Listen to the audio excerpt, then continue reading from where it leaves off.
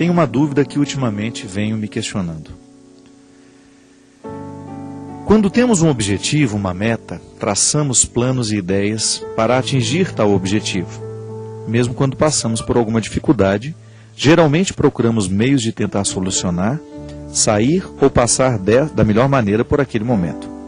Tudo isso nos leva a uma posição de pedir a Deus que nos ajude na conquista daquele objetivo ou na solução de um determinado problema. Sempre escutamos nas pregações, nos grupos, encontros de jovens, nas letras de canções e na própria palavra de Deus. Deus é Pai, Deus é misericordioso, tão bondoso, que te dá a liberdade de pedir. Pedir em suas orações o que deseja, o que necessita. Pedir e recebereis, está escrito na Bíblia. Coloca tuas mãos em posição de receber para que Deus lhe entregue bênçãos, graças. Mas o que me deixa confuso é que ao mesmo tempo que ouvimos e refletimos tudo isso, também em outros momentos, em canções, palestras e tudo mais, ouvimos que Deus sabe de todas as nossas necessidades, que tem um cuidado tão grande conosco, bem mais que com os lírios do campo, que precisamos deixar Deus guiar e conduzir nossa vida. E muitas vezes queremos ser Deus de nós mesmos. Quando estamos ali lutando por algo, batalhando, pedindo que Deus nos ajude, nesta ou naquela dificuldade, entendemos que para ser assim, ficamos felizes, logo lembramos de agradecer. Mas quando começa a ter pedras no caminho, dificuldades para se atingir aquele objetivo, devemos entender que aquilo não é para ser do jeito que queremos? Ou estamos desistindo diante do primeiro obstáculo?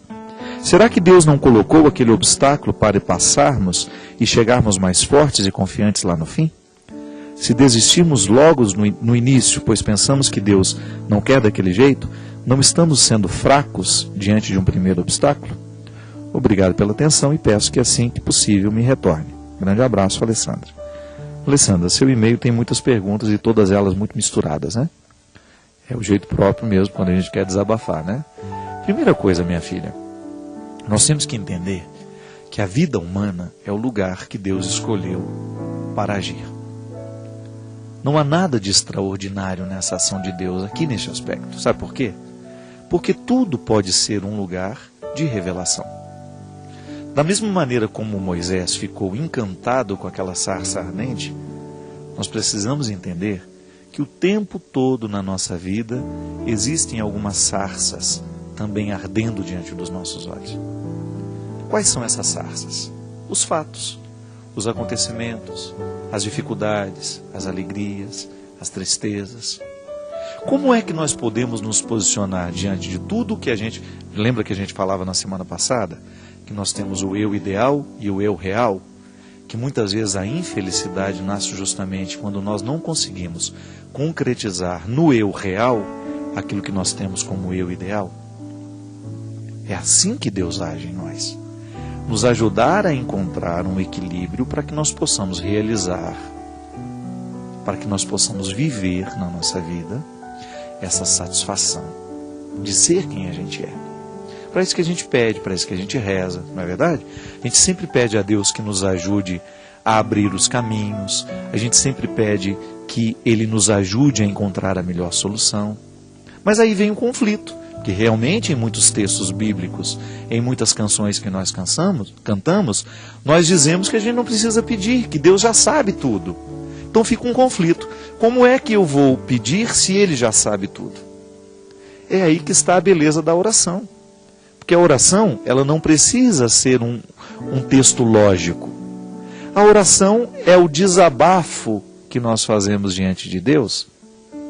É o desabafo que nós realizamos diante dEle, confiando a Ele as nossas realidades. E aí, no meio da oração, a gente acaba dando um palpite para que Deus pudesse fazer do jeito que a gente acha que é melhor. E aí a gente pode parecer que nós somos Deus de nós mesmos, né? Mas tudo depende da maneira como nós entregamos para Ele, Alessandra. Veja bem, entregar as situações para Deus é, antes de qualquer coisa, a gente não abrir mão das responsabilidades que são nossas. Se eu apresento, eu tenho determinado problema, meu Deus, eu preciso passar neste concurso. Aí eu apresento essa situação para Deus. Eu quero passar. E para passar eu preciso estudar. Então eu faço a minha parte. Tenho a minha vontade e tenho o meu empenho ajudando essa vontade a ser concretizada. Mas aí também a gente precisa confiar nas mãos de Deus, porque nós não sabemos se passar neste concurso é o melhor para nós. Não é assim na vida? De vez em quando nós insistimos em pedir para Deus aquilo que nós queremos. Eu quero passar neste concurso e para isso me empenho. Mas nem sempre aquilo que é melhor para mim é aquilo que eu estou desejando. É por isso que é importante que a nossa fé seja sempre histórica, concreta. A fé concreta passa o tempo todo pelo bom senso. Antes de pedir a Deus, eu preciso filtrar o meu pedido. Será que aquilo que eu estou pedindo a Deus fere as regras do bom senso? Esse é um bom discernimento. Antes de pedir a Deus, converse com você mesmo. Quanto mais você... Isso é estado de oração também, viu? A oração não é só uma conversa com Deus. A oração é também uma conversa íntima que você realiza com você. O que é o exame de consciência? Uma conversa que você estabelece com você mesmo.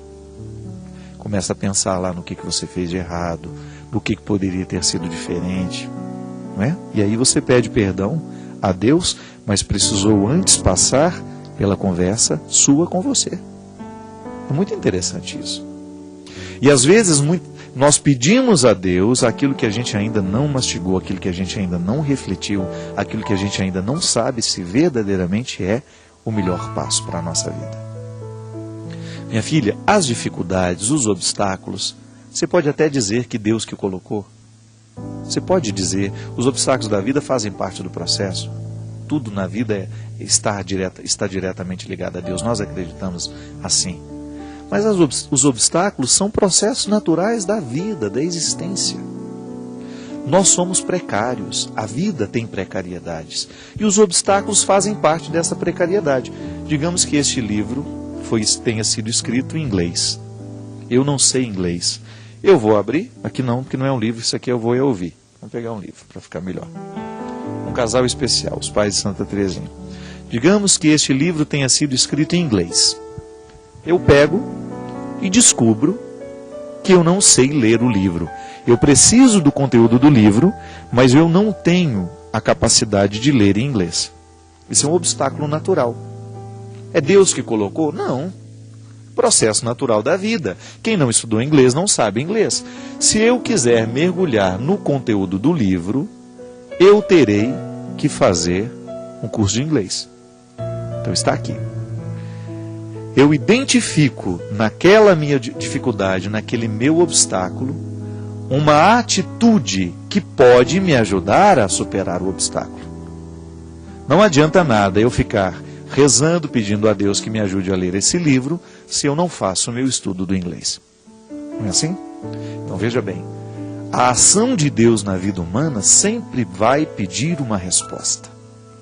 Deus me abençoa, Deus me deu inteligência, Deus me deu capacidades, mas eu tenho minhas precariedades. Sou preguiçoso muitas vezes, não tenho ânimo de pegar aquele livro, de ir até o final. Você sabe disso.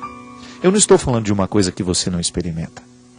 Quantas vezes na vida você deixou de experimentar situações maravilhosas porque lhe faltou disposição para elas? Ah, estou com preguiça de acordar cedo, eu não dou conta, fico cansado demais. São os obstáculos. Contexto da vida. Não é assim?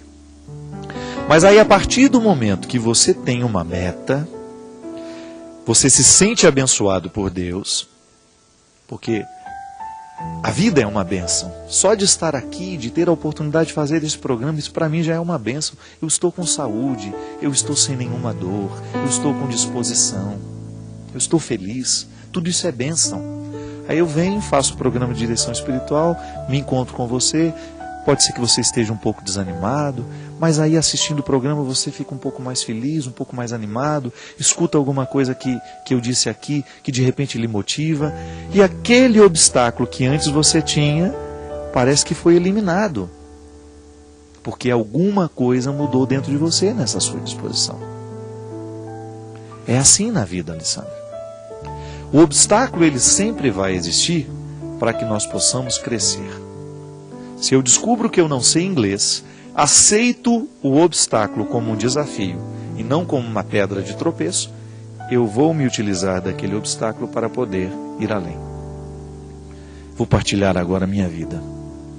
Eu sou um rapaz, já um moço, um homem, feito, eu vou fazer 40 anos.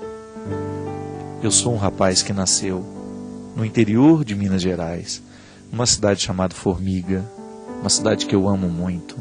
Minhas raízes estão todas lá. Nasci na beira do rio Mata Cavalo, perto do rio Formiga, que é o encontro dos dois rios. Uma região extremamente simples, sem muitas oportunidades. E quais foram os primeiros obstáculos que eu enfrentei na minha vida? São obstáculos naturais de uma pessoa que nasce naquele lugar. Aí eu olho para os meus vizinhos lá, para muita gente que conseguiu superar os obstáculos do contexto, que foram além, que superaram. Não é que deixam de amar o lugar, não. É que sabem partir de um jeito certo. Porque quem sabe partir de um jeito certo, reconhecerá sempre o lugar de onde saiu. Eu não sei o que teria acontecido comigo se eu não tivesse enfrentado os meus desafios, os meus obstáculos. É natural que eu não tivesse estudado, é natural que eu não tivesse descoberto o sabor da literatura. Mas desde pequenininho eu era teimoso. A vida era muito contrária a mim. Eu não estou reclamando, não, estou apenas partilhando. Tive muita dificuldade na vida, muita mesmo. Muitas restrições, de todas as que você puder imaginar. Só que, graças a Deus, Deus me deu o dom de sonhar. Me deu uma natureza melancólica, criativa, e me ajudou a sonhar. Só que aí o que eu fiz com o sonho que Deus deixou em mim? Eu quis vencer os obstáculos que eu tinha. Sabe, minha gente, hoje, como padre, esse é o meu principal aprendizado. O que eu quero realizar na vida das pessoas que eu encontro é aquilo que eu sei que Deus realizou na minha. Eu sei a matéria frágil da qual eu sou feito. Mas eu não desisto. Isso é o mais bonito na vida, quando nós sabemos que nós temos o direito de não desistir. Por mais precário que você seja. Por mais precária que seja a matéria humana que está aí, no seu coração, que te impede, que te impossibilita, é possível. Eu fico tão feliz e tão comovido quando eu vejo pessoas superando os seus limites. Como aquela história da mulher que eu contei na semana passada, que não tem o dinheiro para comprar os livros, e ela vai todos os dias na livraria e aos poucos ela vai lendo o livro que ela quer. Só que ela precisa vencer o obstáculo de sair de casa, de ir até a livraria, de passar pela vergonha de estar ali todos os dias. É assim. O obstáculo, ele tem que ser um objetivo para a gente vencer. Para a gente ir além. E você sabe que eu estou vivendo um tempo da minha vida muito interessante.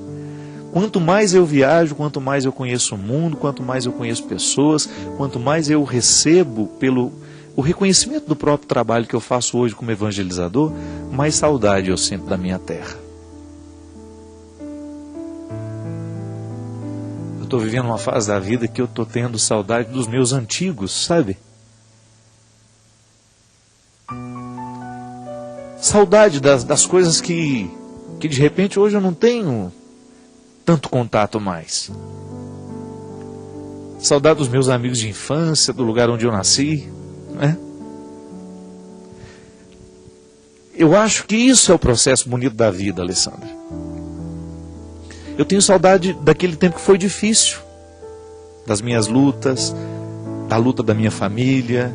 Hoje eu fico feliz quando eu encontro os meus sobrinhos, os meus irmãos, percebendo que eles estão melhores, que eles estão se superando, não é? Porque aqueles obstáculos que são próprios da minha história, da sua história, eles não podem nos destruir. Você não pode permitir que eles venham para lhe destruir. E é assim que Deus age. Pegando tudo que é próprio da nossa vida, pegando tudo que é próprio do nosso contexto, da nossa história,